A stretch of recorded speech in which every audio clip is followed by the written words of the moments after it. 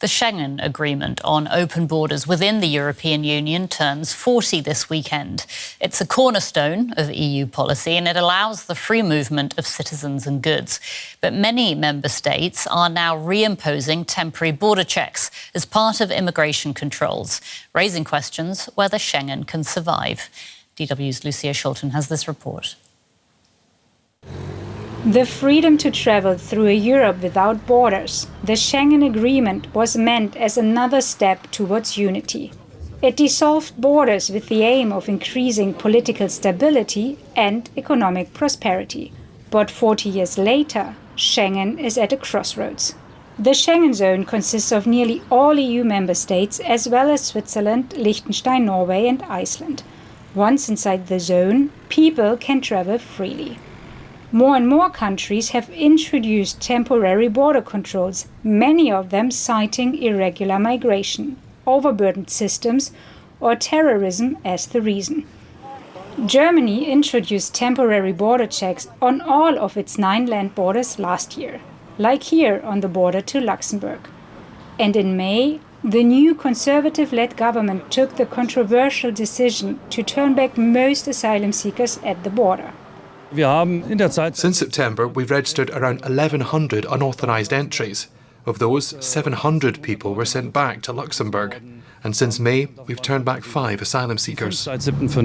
For some of the people who cross the Germany-Luxembourg border daily, the checks have added around 20 minutes to their commute. People have mixed feelings about the measures. On the one hand, I understand it, but it means we're basically closing the border again. And what do you think about that? It's not that great. I don't like losing 10 minutes, but it all makes sense. It looks like it's a bit against the European spirit, because normally we shouldn't have any fixed, control like this one, right? Migration expert Alberto Neithardt says the border checks are back for one main reason. The reasons, however, are mostly political, in the sense that European governments are trying to send a message to their electorates that they are dealing with irregular movements within the Schengen area.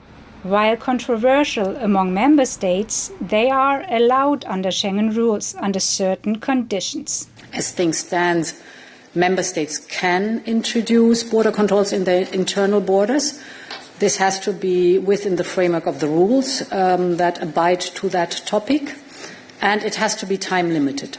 But experts say they challenge the EU's core values. Once border checks are established within the Schengen area, this has symbolic meaning because it evidently constitutes not only an obstacle to free movement within the area, but also it symbolizes how fragile unity among member states is. With pressure over security and migration, 40 years on, the policy of open borders within the EU is facing its toughest challenge. Jonas Bornemann is an assistant professor of European law at the University of Groningen in the Netherlands. I asked him whether Schengen is effectively broken. I don't think it's effectively broken. Many aspects of Schengen work really well. So think about the visa policy, think about the cooperation of member states with each other. So there's many things that actually work really well.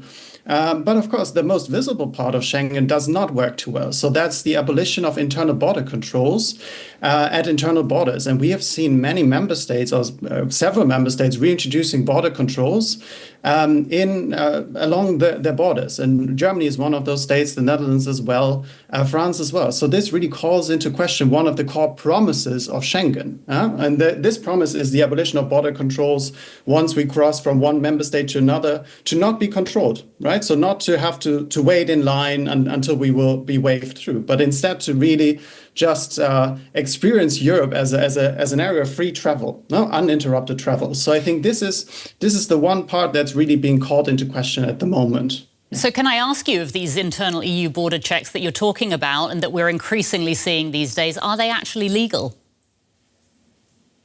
Well, that's a very relevant question at the moment. So the EU law is relatively clear that those controls should be temporary in nature. And then there are maximum limits of how long these controls could be maintained.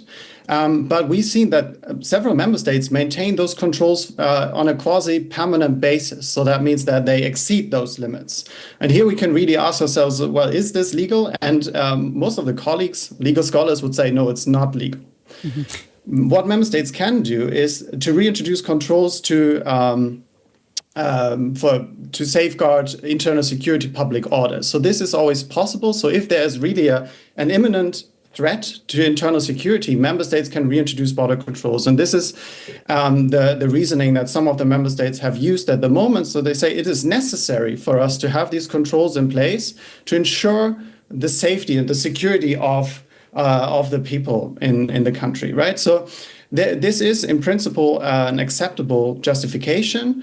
But what we would really have to ask ourselves, okay, is what is that threat then? Is it really as bad? Is it as dire as the governments say it is? No? And many legal scholars would say probably not.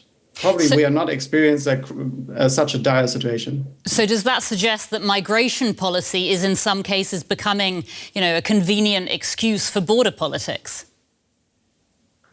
There seems to be a connection between the two. And we also see that some governments are actually linking the two. So they say, well, we see that asylum law doesn't work in Europe. So for that reason, we will reintroduce border controls to force the other member states to respect the obligations in migration law, specifically asylum law. So this connection between the two fields of law is increasingly made. No, but legally speaking, the two are distinct. No, but we do see that this is a trend in recent years to say, okay, because the asylum system in Europe doesn't work as it should be, we need internal border controls to compensate for that dysfunctionality. Jonas Bornemann from the University of Groningen, thank you so much for your time today. We appreciate it. Thank you so much.